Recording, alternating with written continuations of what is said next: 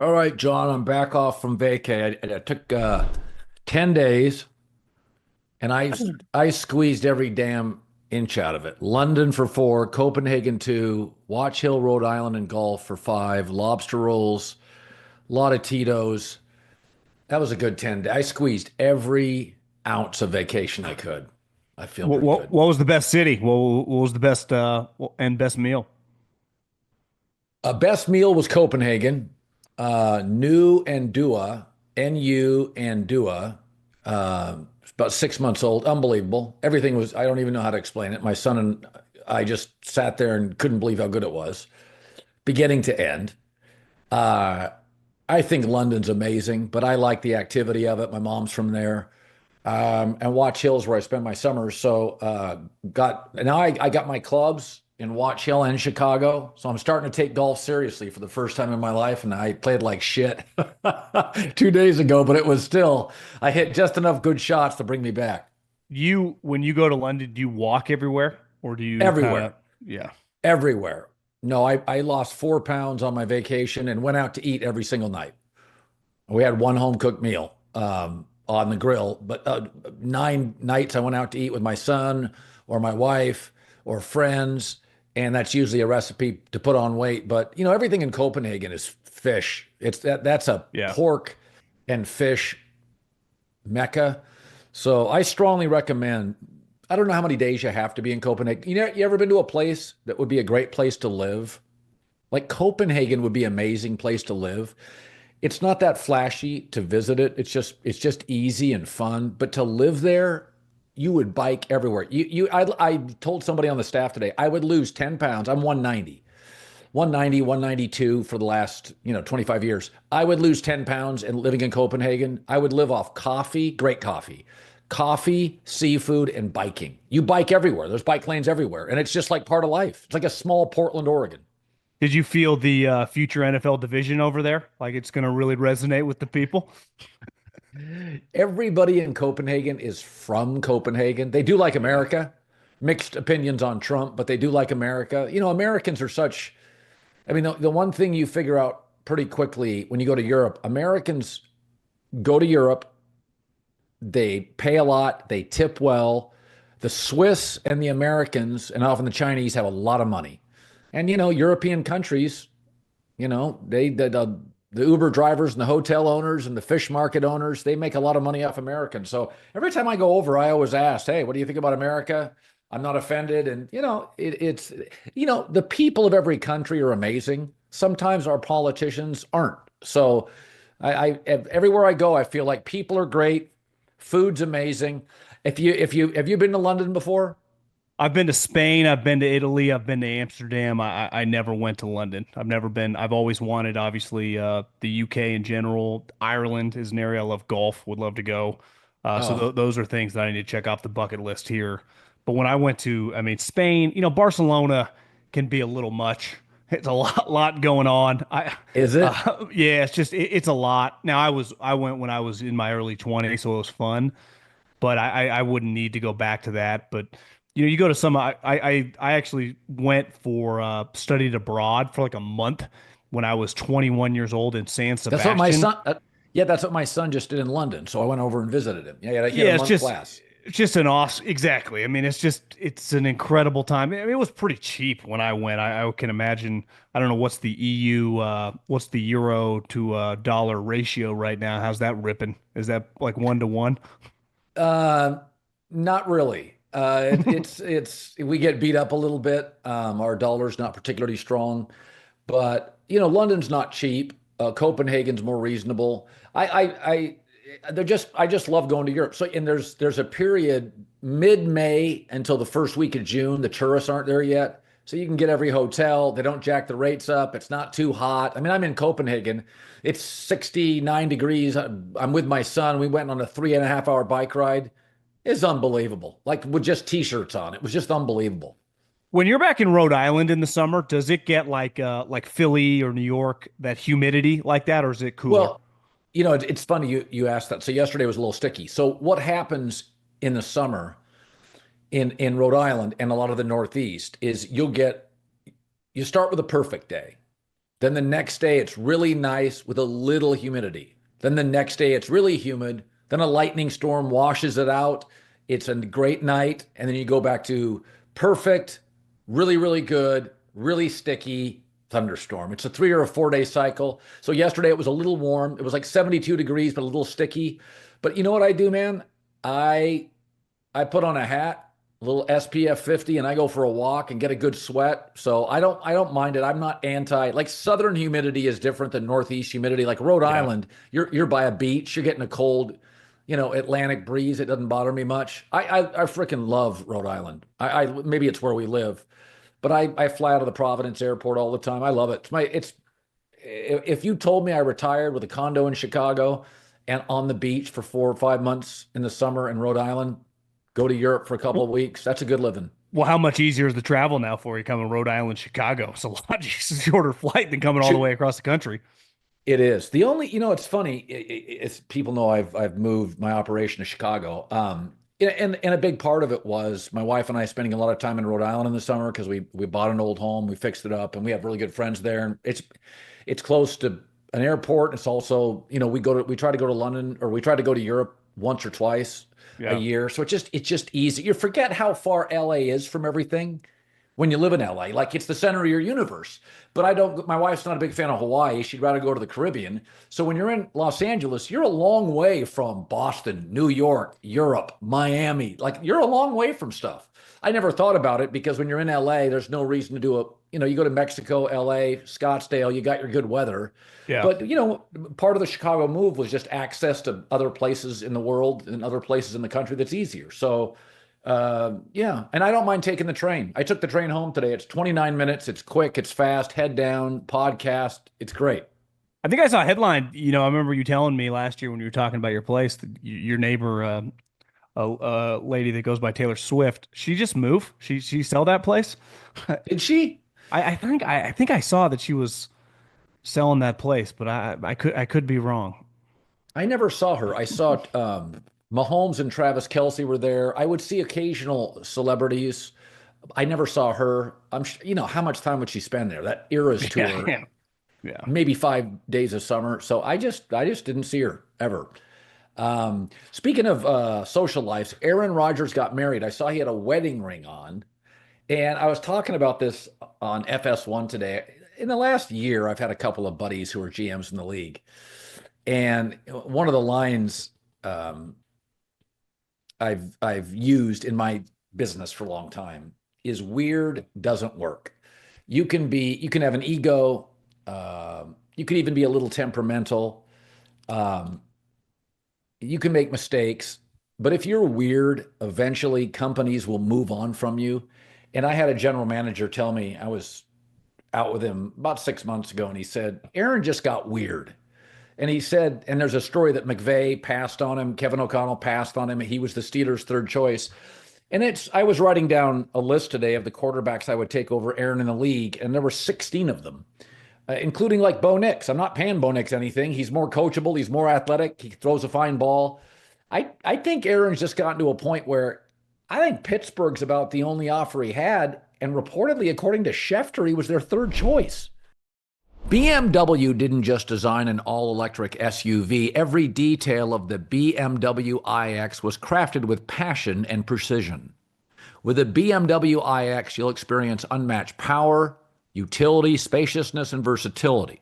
My favorite feature has to be the cloud-based navigation that monitors charge levels and locates nearby charging stations so I can drive electric with ultimate ease.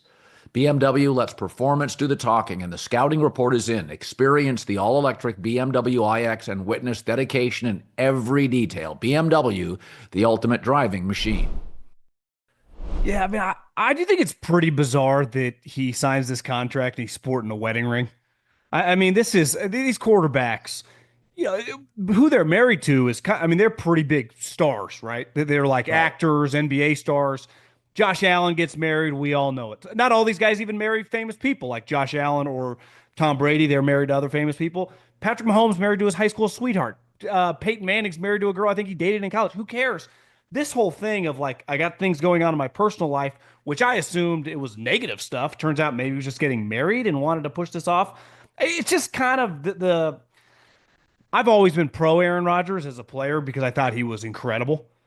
I thought in the peak of his powers, he's one of the best athletes in terms of their sport I've ever seen in my entire life, which is weird because when you look at the totality of his career, it almost feels underwhelming for how good he Yeah. was.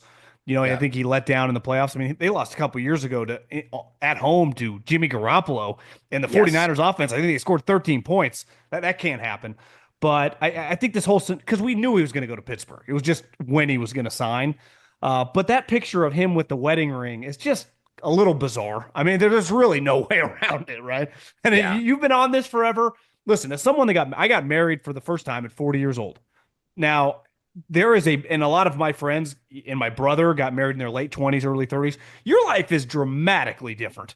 I mean, Right. and obviously then you have kids. It is a completely different lifestyle. And he's just kind of been in this weird spot. Obviously, also as a player, he's no longer the same. His mobility's Well, gone. think He's about just not this. a dominant player anymore. You can argue Tom Brady had a 20-year prime, a 20-year prime. Now, even though he was really good past 40, I don't really consider it maybe 41 and then the prime ended. But he was still threw a great ball I'd at give him 40. that first year and a half in Tampa. I think he was pretty Yeah, damn good still.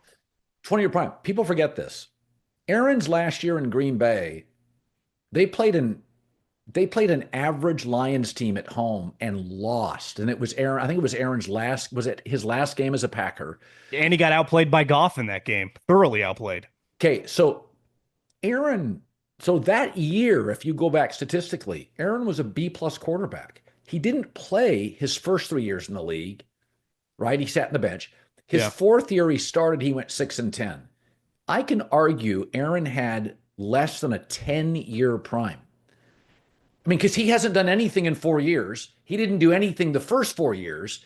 So, I mean, Aaron's prime was about half of I'd give him Brady's. 2009 to about 21, 20. I mean, he won the MVP in 21, 20 and 21. Yeah, about 10, 11 years max. Think about that. Brady's at 20. So if you really look at Peyton Manning's probably at about 14. Yeah. Usually, yeah, I mean, Mahomes maybe one of those 17 to 18 years. Aaron just and I think a lot of it was just Aaron. I don't think he was as committed in the offseason. I think he wasn't, I thought he was really good the year he went 6-10, but I didn't think he was, I just thought he was talented. He wasn't a winning quarterback. But I think a lot of that is just I've always been one of these people. I'm not impressed by people that get jobs. I'm impressed by people that keep them. Like I think there is a real skill to being LeBron James or Tom Brady or Derek Jeter, and it's a commitment on nutrition, what you eat, sleep, and I think that's a skill. I think discipline's a skill. Maybe people don't. Maybe I'm wrong. Maybe mental health professionals would argue that discipline is, it's not a Anyone who skill. says that not is a moron, from the Navy SEALs to our athletes to our CEOs. What are they? 100% it's a skill. And I just look at Aaron's prime, it's half of Brady. And you can say what you want, but that last year in Green Bay, he was a B quarterback and he's gone downhill since. I mean, he's just a pocket guy now, and he's not even like an elite pocket guy. He's just a pocket guy. Well, I think when you look at his contemporaries, or definitely his peers over his career, because he came in a lot later than Peyton, and definitely Peyton and Tom. He was way more physically gifted than those guys. Those guys couldn't run. Tom and Peyton couldn't run at all.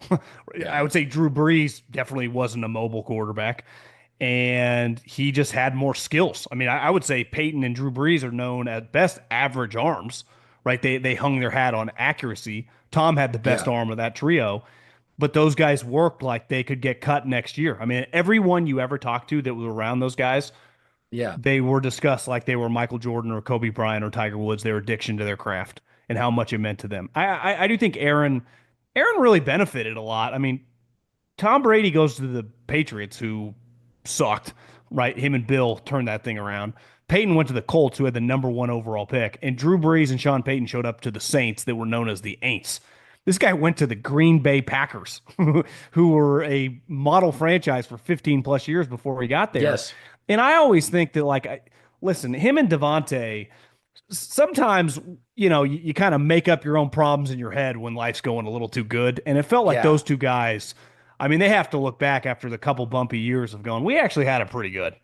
It can be a little boring in this town, but we had a lot of success here for a reason. I'm looking up Drew Brees' career from the first 5 years with the Chargers and then, that 15-year run or whatever it was with the Saints. If I go back to Drew Brees, a smaller athlete, you can say his first great year was 2004 with the Chargers.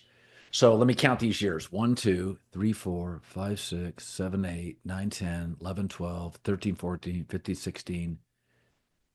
I would say Brees had either 16 or 17 elite years. I mean, and I think Brady's 20 plus. So, and again, this isn't bash Aaron. It's just when you go, and I said this before to you. If Stafford won another Super Bowl, Stafford was better in college. He was better early. He was much better later. If Stafford plays 3 more years, and under McVay, they would be good. They have, I mean, they've got their Yeah. shit rolling. If he gets one more Super Bowl, you're going to look at Matt Stafford and you're going to look at Aaron Rodgers and you're going to have a real hard conversation because that means Stafford's playoff record is going to be significantly better than Aaron Rodgers, which is basically 500. People think I'm crazy when I say this. Stafford has more to gain legacy than any player in the league over the next 3 years. Hey, so we all make mistakes, but owning up to them is the right thing to do. So, Degree Cool Rush deodorant, right? Well, last year they changed the formula and it did not go over well with their fans. So Degree's whole thing is it turns up the sweat and odor protection when you turn up the effort. And good thing it does because Cool Rush fans really turned up the effort to bring the original formula back. One guy even started an online petition, and Degree listened. They admitted they effed up. They're bringing back the original Cool Rush scent. They're bringing it back, and it's exactly how you remember it. Cool, crisp, and fresh. It's back in Walmart, Target, and other stores now for under $4. There's a reason it's been the #1 men's antiperspirant for the last decade. It's the same reason why people were not happy when it changed. So if you've never tried it, it might be a good time to see what the fuss is about. Head to your local Walmart, Target, and try the OG Degree Cool Rush for yourself. I will say this about Rodgers when it came to Stafford. He was one of his biggest proponents over the years. When he was middling away in Detroit, he's like, you guys don't realize. And obviously the football people held him in high regard. Kind of got screwed that he got drafted to this franchise that, I mean, there are going to be kids right now in Detroit that have no clue how big of a joke that franchise used to be. I will say, I think Rodgers kind of morphed a little more into like an NBA player, right? Or like receivers often act than these quarterbacks. I mean, even Tom for a long period of time just kind of shut his mouth, kept his head down, dealing with Bill. I mean, Peyton, would he have ever gone to Denver if they hadn't cut him in Indy and he hadn't had the neck injury? He just would have played it out forever in Indianapolis. So, yeah, I just think Aaron, and part of it might be the nature of that franchise. You've talked about this. A lot of people have over the years. There's no owner to really get involved and kind of calm everyone down. Even just the Yes. basic of like, hey, you want to take my jet with your new wife or your buddies to wherever you want. Just the Eddie DeBartolo, Jerry Jones, the Robert Kraft, like kind of taking care of you. That guy doesn't really exist. So I honestly think that those guys, and if I was a Packer fan, we'll see how the Jordan Love stuff plays out. But it's like, God, why did these guys make such a big stink? We could have kept it rolling for a couple years. We have a really good coach. It's like, remember when he was having at odds with Gutekunst? It's like, what are you actually mad about with him? Like, what did he do? What are we talking about? And let's face it, his ego was really, really hurt with the Jordan Love draft pick. Well, looking back, and there have been a lot of articles, so was Tom. And what did Tom do?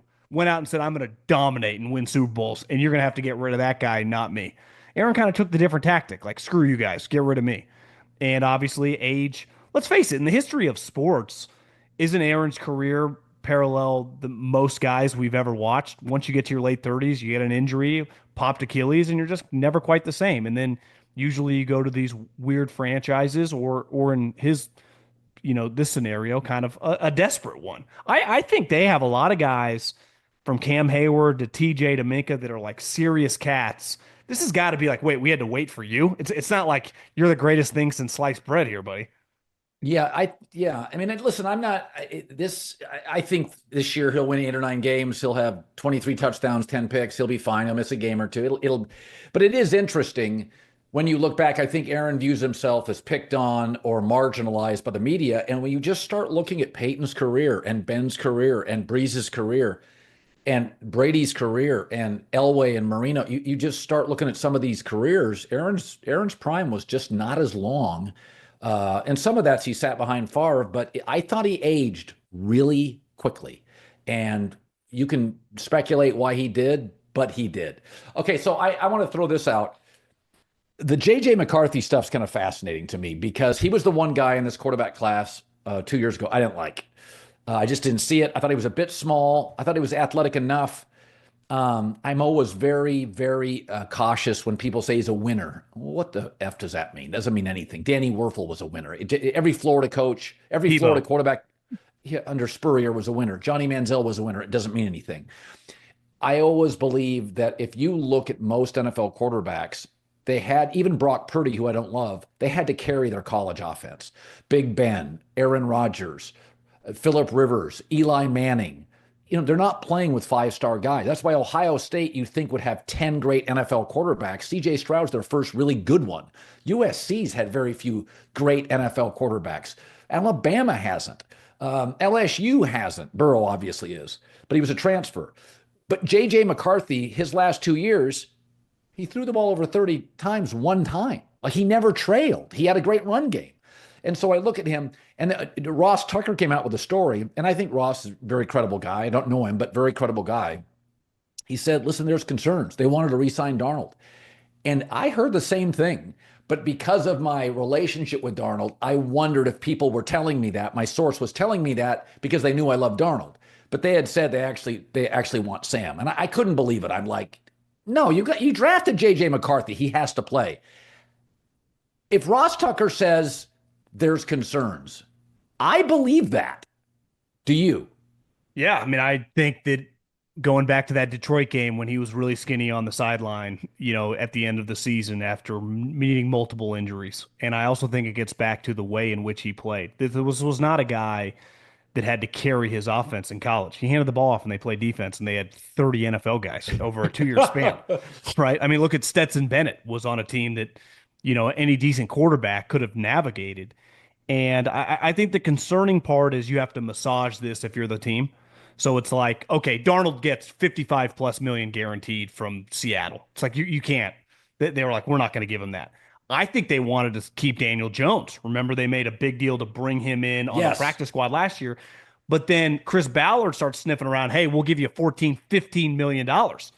So then they're thinking, well, how would this look if we match that or even give them a little bit more? Tells everyone we don't believe. So they were kind of in a weird spot. I think they would have loved, Daniel Jones market's only 8 to 10, easier to justify. Once they gave Daniel Jones that money, I don't know, where you stand on this. I think Daniel Jones is going to be the starter week 1. And that was before the kid hit his shoulder, and now it looks like Anthony Richardson's he was going to beat out Anthony Richardson. He's going to be the starter. I had an NFL GM told me he had never, this last year, I texted him about Anthony Richardson. He goes, I've never seen an NFL quarterback that bad on accuracy on shit out in the flat. And those were his exact words. He goes, the layup stuff is brutal. He is badly missing layups. And so I thought Daniel Jones would beat him out in camp. If you care about NBA history, you need to check this out. One move changed everything. The all-new series, The Grudge from Vice Sports, is must watch. This week's episode takes us back to 1995 when Pat Riley left the Knicks, not in a press conference, but with a fax. Then he joined the Miami Heat, created a franchise we know today. That one move lit the fuse in a rivalry and defined both teams for years. Relive the twists and turns and look behind the curtain of what really was going on. The finale of The Grudge unpacks every angle, the betrayal, the bad blood, the battles on the court that followed. It's great. Watch The Grudge finale Wednesday at 10 p.m. Eastern, only on Vice TV. Find your channel at vicetv.com. Well, to me, what it is a couple years ago, Trey Lance, it was over the moment they signed Sam Darnold as the 2. And then Trey Lance wasn't even on the team. Might be harder to trade Anthony Richardson because of the injury. But I think this team's in a weird spot. They're all in on this roster. It's excellent. and they loaded up because they had J.J. McCarthy's rookie contract. They bought a bunch of guys in free agency. So their team, if you told me they just had Dak Prescott was their quarterback, I'd be like, well, if he just doesn't turn it over in the postseason, this team's going to be tough. Yeah. You put Brock Purdy on there, Super Bowl favorites, right? But this guy's never started an NFL game. And even the going back to, remember Harbaugh was suspended and Sharon Moore, they didn't even pass the ball in the second half against Penn State. It was a special team that he got to, orchestrate and run as a quarterback. He was not asked like most of these quarterbacks in 2025. So I'm very concerned because a lot of times also young quarterback like Caleb got drafted number 1 overall. It went shitty, but ultimately it's like, okay, the Bears hadn't made the playoffs. The expectations for this team, they just won 14 games. If they won like 9 games and missed the playoffs, it would be catastrophic. It'd be there's a lot of pressure on a guy. I don't remember the last time a guy that was drafted this high was like expected anything less than the NFC Championship game. It gets to the Trey Lance and Anthony Richardson. Obviously, Trey was on a team that was expected to compete for the Super Bowl. So it's different than just going to a team typically drafting in the top 5. The Colts, same thing. Like you draft this guy in the top 5, he's expected to be a playoff level quarterback. That's different than just going to some crappy team. Like ultimately, Jaden Daniels, who was incredible, the pressure on them to start the year wasn't that high, right? If they would have won 6-7 games, he exceeded everything. Same thing with CJ Stroud a couple years ago, but they got to kind of sneak up on everyone. There's no sneaking up. Minnesota is, I would say, one of the marquee teams in the league coming into the year. It's a tough spot for a young player that's like, what if week 2 we're down 10 and we're going to need you to throw it 45 times? And then all of a sudden Justin Jefferson's not getting the ball. We know how those wide receivers are. I wouldn't blame him. I'd be like, what's going on here, Kevin? Yeah, no, I think it's a real thing. And again, I was a big Jaden Daniels, Caleb Williams, Drake May, Bo Nix. I think Penix is a bigger Tua. The one that never worked for me with J.J. McCarthy. It's also interesting is what if Sam Darnold pops? What if Sam, and my guess is Sam won't be as good as he was in Minnesota. He doesn't have, he doesn't have DK Metcalf. And the receiving group won't be as good as Minnesota, and you're not going to have Kevin O'Connell. So Sam's numbers are not going to be the same, but I actually think Seattle's roster is okay, probably a weaker division. What do you expect? I mean, I think Darnold will have a B season. He had an A season with an ugly ending, bad final chapter, but that was an A season. I mean, week 15, we were talking MVP. I don't think we're talking that. I think he's going to be a better, more athletic, younger version of Geno Smith. What do you think? Well, Kubiak, remember early on in the season last year before injuries really came up, the Saints looked awesome on offense. So it's like that offense works. It's easy for quarterbacks. And Sam's already done it 2 years ago when Kubiak, who's the offensive coordinator now in Seattle, was the quarterback coach, offensive coordinator with Kyle in San Francisco. Their defense, little teaser here. I think we're going to play it next week. I had John Schneider on the podcast today. We recorded a podcast, and I was looking at their roster. They actually have a lot of young, impactful guys on defense. They've drafted pretty well on defense the last couple of years. And Mike McDonald, if he coached offense instead of defense, I think we would be talking about him like a Kyle. Like they went 10-7 last year. It's not like they won 4 or 5 games. So why couldn't they go 10-7 again? And he's just on a capable. They're just a well-run franchise, right? Schneider brings that Green Bay, McDonald from the Ravens, Baltimore. obviously the Pete Carroll influence. They're just a well-run, stable operation. They're not going to suck. He's not going to look completely overwhelmed. Obviously, in the biggest moments, it was a little concerning last year, but they're not trying to probably try to win 14-50. I mean, ideally, they would love to, but they're going to be. I'd be stunned if they're not over 500, and it's not going to go poorly. And there's no way what he just did last year in Minnesota. It's impossible. JJ can't do that. I mean, he threw 35 touchdowns. So my question is, can he throw like 24, 25, not turn the ball over, and they just have a really well-rounded team, like kind of like a Jimmy Garoppolo San Francisco situation of like 2019, 2021. That to me is the best case scenario. But that's not easy to do, right? I mean, you're in a division that's really good. Their schedule this year, the NFC North, who they're playing, is really hard for all 4 teams. Obviously, the divisional games are going to be knockdown dragouts. I mean, one thing they really did early on with Sam is, remember, they were blowing people out early, like the Texans, the Niners. They were killing people. So they got to kind of got off and running. They were like 5-1, just kicking everyone's ass. It's a different level of pressure. The other thing is the health wise. I mean, this is a guy that got injured in training camp and then need another surgery. Can he take NFL hits? What's he going to feel like on a week in, week out basis? Is he going to be available for 17 games? I think there are just a lot of question marks when it comes to I think he's one of the bigger stories in the NFL. Just So do I. what is this guy? Is he any good? Is he Yeah. good enough? How good is he? Ice Cube's Big Three League tips off its new season on Vice TV, and the opener is stacked with talent. Saturday, June 14th, the Houston Rig Hands, led by NBA vets Gerald Green and Corey Brewer and coached by the Hall of Famer Calvin Murphy, take on DMV Trilogy, featuring Earl Clark, Isaiah Briscoe, and coached by former NBA champ Steven Jackson, a buddy. Later, the Boston Ball Hogs with 2022 Big Three MVP Kevin Murphy and coached by the glove himself, Gary Payton, go up against the Dallas Power, headlined by Glenn Rice Jr. and Royce White. Hall of Famer Nancy Lieberman calling the shot. So this isn't a warm-up. It's real competition, fast, physical. Every possession matters. Don't miss the Big Three season opener, Saturday, June 14th, 6:30 Eastern, only on Vice TV. Find your channel now at vicetv.com. I said today the two stories in the NFL at quarterback that are fascinating are what is J.J. McCarthy and who will win the Browns starting job? Because so tomorrow, or the time this airs, it's mandatory minicamp. This is not voluntary OTA. So veterans can show up.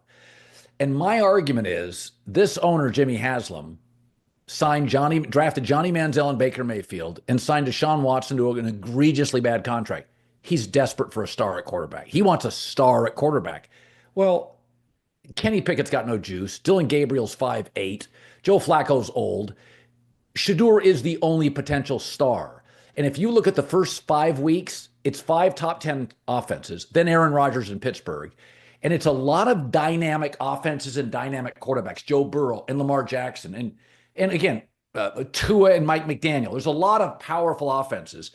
If they're dull in the first 6 weeks, because they don't have a very good roster, they're probably a 4 to 6 win team. My take is Jimmy Haslam's going to make a call and say, I want Shedeur Sanders. History tells me this owner, we've seen this. We saw the late, great Jim Irsay get pissed off because Carson Wentz had a bad game in Jacksonville, and they shipped him out of town after a 27-7 season, a 27 touchdown, 7-pick season. Carson Wentz, that was his last good year. I think Shedeur, the star power will matter. In 90% of markets, it doesn't. Cleveland at quarterback, it does. So my guess is, there's a lot of dull, small, old. Shedeur by week 8 is starting. Do you think I'm out of my mind? Well, you're on board. I know you've been making, tongue in cheek. Flacco's going to start week 1, right? Yes. Are you on board there? Okay. Yes. If it gets to a point, the team's not going to be very good. The defense can only carry you so long in the NFL. It's an offensive league now with the rules. If they force him to start Shedeur Sanders and the coach doesn't want to play him, I do think Kevin Stefanski by the end of the year will just quit. It'll be one of those situations where Stefanski and Barry, who are very highly thought of, and I was actually in the car today. I was listening to your show when you gave me a little shout out talking about how it was clear during the draft, right? They overdrafted Gabriel to keep the owner off their back, and then the kid kept falling, and then he made him draft him. Yeah, you came up with that. I didn't. I think it's true because I asked GMs about Dylan Gabriel, and they're like, he's not a third-round draft pick. I knew people that thought the guy was undraftable because of his size. Not that he's not. I mean, he was an excellent college player, and very productive. But going in the third round, I think, was a jarring move for a lot of teams. Like, wow. And I truly believe they did it. And if it's the visuals of the owner hovering over him, but he was there in the 5th round, I do think you have to make plays in practice. I mean, they do have some the Myles Garretts and these guys that are playing every week in the NFL. It's not like some of these other sports in baseball or basketball where you kind of go through the motions. Even if your team is out of it, you still practice is hard. The games are hard. So if you make a guy the starter, he better be showing something, especially if he's running the scout team. I remember when Purdy became the starter, when Jimmy Garoppolo and Trey Lance went down, it was easy to justify to the team because the Fred Warners and the Bosas were like, we love this guy in practice. We've been seeing him kick. Goes back to the Rodgers and some of these guys that run the scout team. They earn street cred with the team. And I do think you throw a guy like that in, the coach and the GM wouldn't just be behind the scenes like, what are we doing? The team could quit on you. But the owner has proven that he doesn't really care. I get asked a lot, how can these owners be so successful in whatever line of work they do and then such bad owners. And I do, the thing with football that's different than just running a trucking company or Tepper and his an investing firm. You can just buy your way out of stuff once you get so much capital and resources. In football, like everyone, the salary cap's salary cap. You only have a limited amount of draft That's picks. right. And once you invest in a couple guys, like they do get a huge piece of your puzzle, right? Like in Flying J, if you buy the wrong building, whatever, 10 million or a write off to the next thing. In football, like they got rid of Russell Wilson in Denver. It really crippled their cap immediately, right? So you can't just buy your way out of stuff regardless how much cash the owner actually has in his pocket. Well, Elon Musk is finding this out with government. Government's not a business, right? No. Like I mean, the bottom line between Medicare and Medicaid and veteran benefits and Social Security and military spending, 90% of our budget, there's not a lot of tweaking. You got about 10% of the budget you can toy with. So Elon Musk comes in and says, I'm going to get rid of 2 trillion. Bro, if you can get rid of 600 million, you've done it with Doge. You've done a remarkable job because so much of it's baked in. It's the same way in the NFL. You got to pay a left tackle, a quarterback, an edge rusher, at least one legitimate corner, 2 weapons. You have to hit on draft picks. Like if you don't hit on draft picks, if you have a bad interior O-line, you can't pay for it. That's why, Chicago now is like loading up on Joe Tooney, Jonah Jackson, Drew Dahlman. It's like they can't do that in 2 years or 3 years with Caleb Williams. You're just limited. There's a certain structure of our government and a certain structure in the NFL. Rich doesn't solve everything. Yeah, and when you miss on the quarterback as they did, you're just screwed. Right? If I flip-flop Joe Burrow from the Bengals to the Browns and give them Deshaun Watson, the Bengals are a 2-win team and the Browns are in the playoffs every year. Right? So it can't just be that simple. And I think a guy like Jimmy Haslam clearly hasn't learned his lesson because everyone thinks that he forced Shedeur Sanders on them. Yes. Even I saw some visuals of David Tepper. These owners are just, it's like their pet project and they're sitting there in the draft room that they can't help themselves. And it's why the best owners, honestly, you pick the player. I know nothing about football. I just want to enjoy it, make the money. I'm empowering you. And that's the thing with the Browns. Like their GM is highly thought of around the league. I think most people think Kevin Stefanski, really sharp, impressive offensive mind. It's hard to operate with an owner hovering over you and making you do things. I also think it's a weird spot for Shedeur. Like his skill set doesn't have a huge arm. I think there are a couple divisions when you have, like, look at most quarterbacks that thrive in the NFC and AFC East and the AFC North.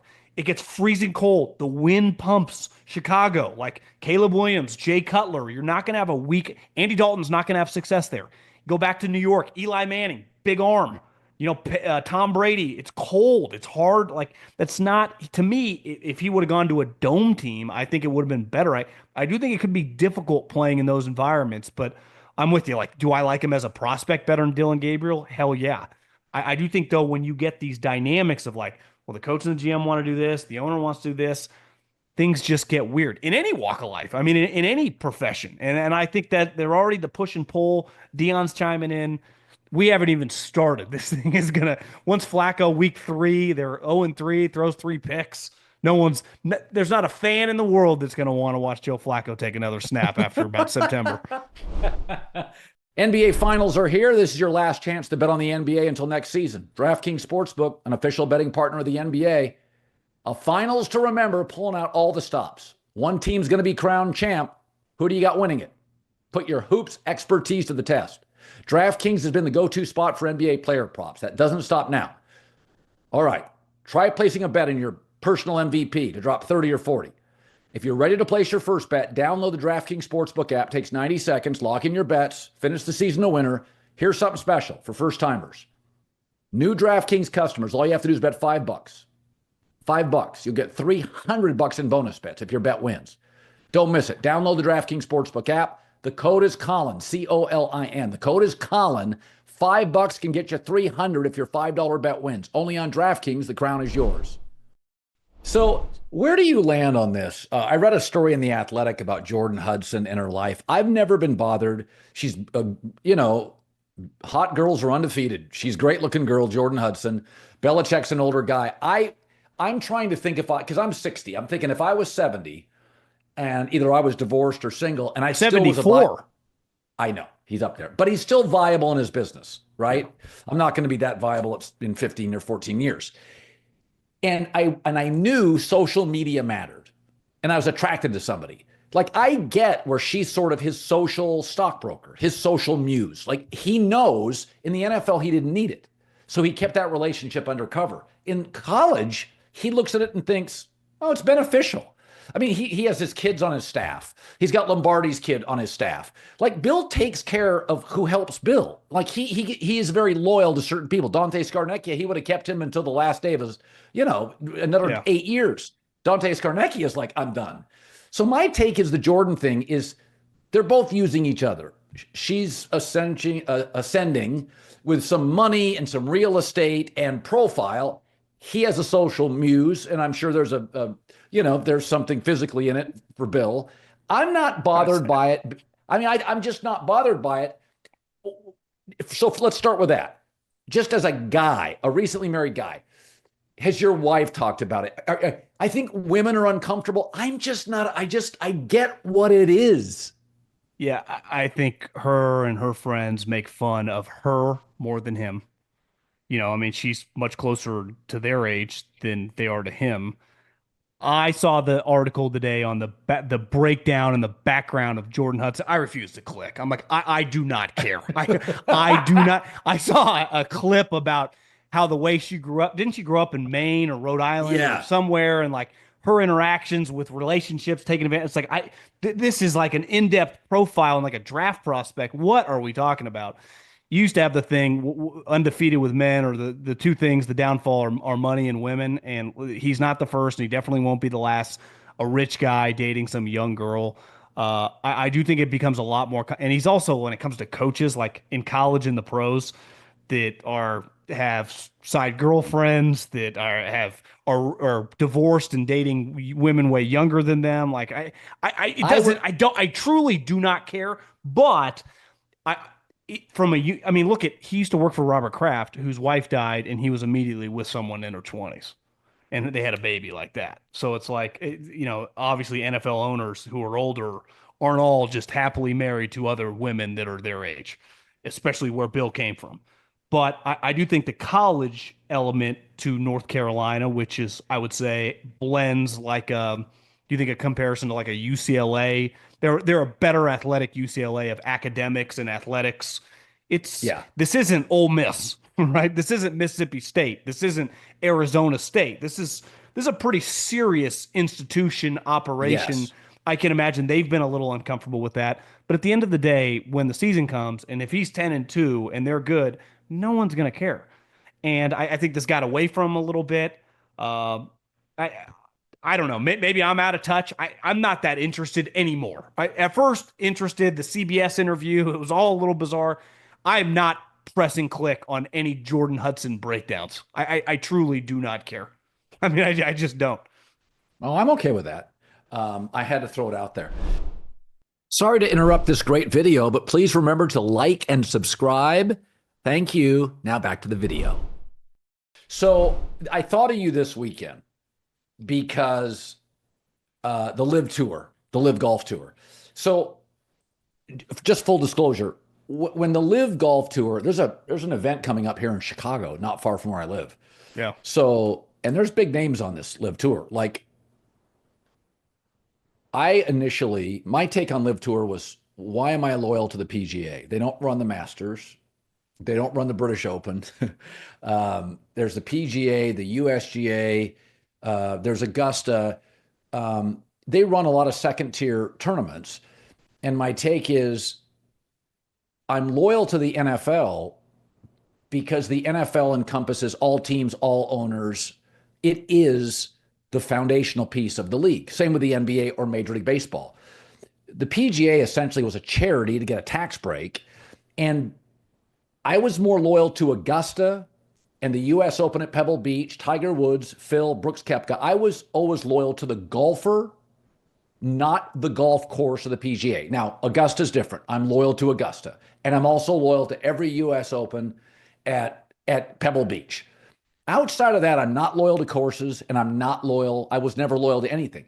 So when LIV Golf entered the fray, my take was, well, if they have the more interesting golfers, I'll watch those golfers. And that's what's happened with me, is that I've seen multiple PGA events where I don't think they have a good enough field. And so as you watch this weekend, Phil Mickelson obviously had the shot of the weekend. Yeah. But as you watched it this weekend, what was your takeaway about the quality in the field of the LIV Tour? Well, I mean, they have two of the best 4 or 5 players in the world. And, I would say Bryson has transcended through just sport to now culturally. I mean, YouTube, he's a gigantic star on YouTube as well. He's just a unique personality, and he is an absolute ass kicker. I mean, Rory did not play well last week in Canada. Bryson is currently the second favorite right behind Scotty at 8-1 to win the U.S. Open. He's also the defending U.S. Open champion. John Rahm, who had not played well for like a year and a half in the majors, showed serious signs of life at the PGA against Scotty. I mean, for the last 9 holes, it felt like John Rahm might win this, which would have been his third major. So they got two guys in John Rahm and Bryson who are, when they're on, are as good as anyone not named Scotty Scheffler, and honestly could go toe-to-toe with Scotty. I would say the thing with Phil, they had a rain delay in DC, and he was one shot off the lead, and he threw out a tweet like, I got a 10-footer to tie for the lead. And it was like, it's fun to have Phil. I mean, he's one of, I would say Bryson has become kind of the modern day Phil. He's just a unique personality that transcended. Big. Now, Phil also had Tiger. I would say there's no one as big as Tiger with Bryson. You could argue Bryson might even be bigger than Scotty. But Phil is just a special, unique. Everyone that follows sports knows who Phil Mickelson. And the thing with golf, you just never know. The U.S. Open is a tournament that Phil has never been able to win, right? Rory just wins the Masters, completes the career Grand Slam. All these tennis players, all the top guys, they win all the Grand Slam tournaments. Most of the top golfers of all time have won all 4 majors. Phil could never win the U.S. Open, even though he's finished in the tops. I think he's finished second like 6 times. It'd be cool just one last time. And I think Phil mentioned this. It's his last one. Yeah, which is, kind of sad. But also, you get to a certain point in golf, if you're not making the cuts and you get in your mid-50s, you don't want to get your ass kicked. How do you view, if you and I said greatest golfers of all time, Bobby Jones, Jack Nicklaus, Tiger Woods, I love Arnold Rory Palmer. and I'd put Arnold Palmer. Yeah. There's guys like Tom Kite who finished second a million times. Where do you put Mickelson? Yeah, I would say his comp, if we were doing like NFL quarterbacks, would probably be Peyton Manning. He's probably one of the most important people that ever played the sport. He just happened to be at a time when there was a guy named Tiger Woods, like Peyton had Tom Brady. And I think a lot like Peyton, financial success, I mean, well before LIV came around. Phil, remember that stat? Like for like 10 straight years, Tiger was the highest paid athlete, and Phil was like always 2 or 3 right ahead of Kobe or LeBron.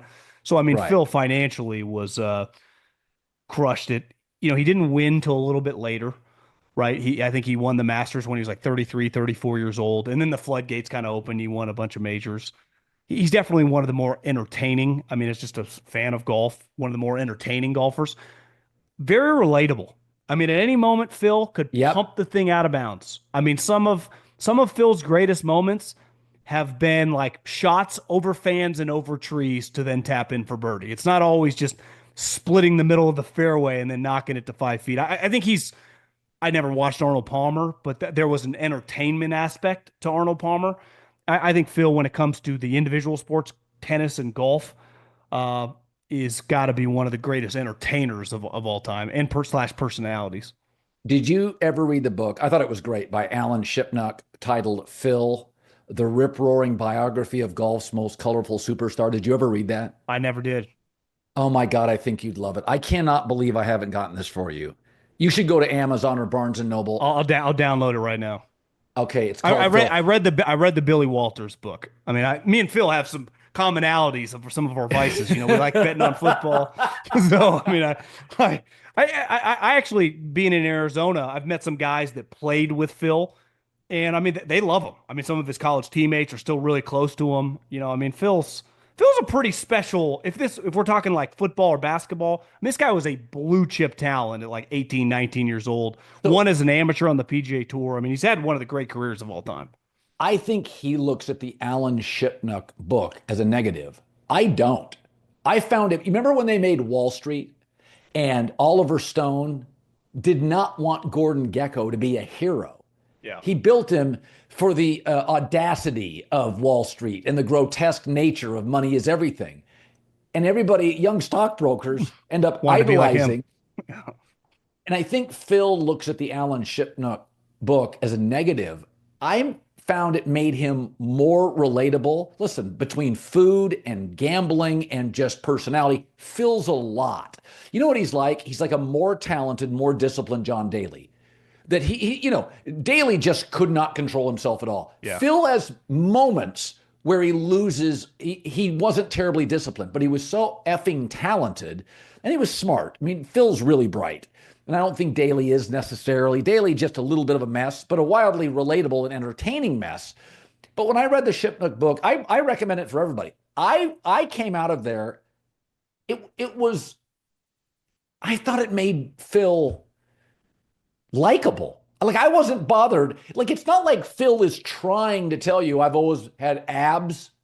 I've never bet football. Phil's never tried. In fact, I think he sort of leaned in that he's a little crazy. And I loved it.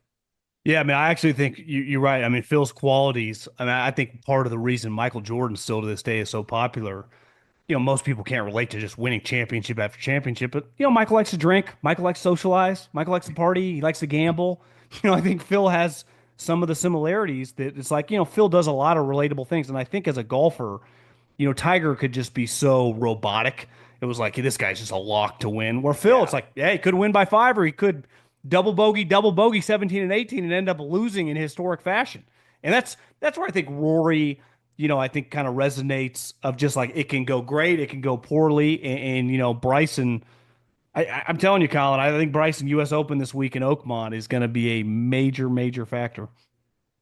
Yeah, and I think Bryson DeChambeau did a really good job to pivot. I thought he was unlikable. The 13 eggs, the 16 power shakes in the morning. It was like, bro, I don't need a Bitcoin bro winning on the PGA Tour. Just be normal.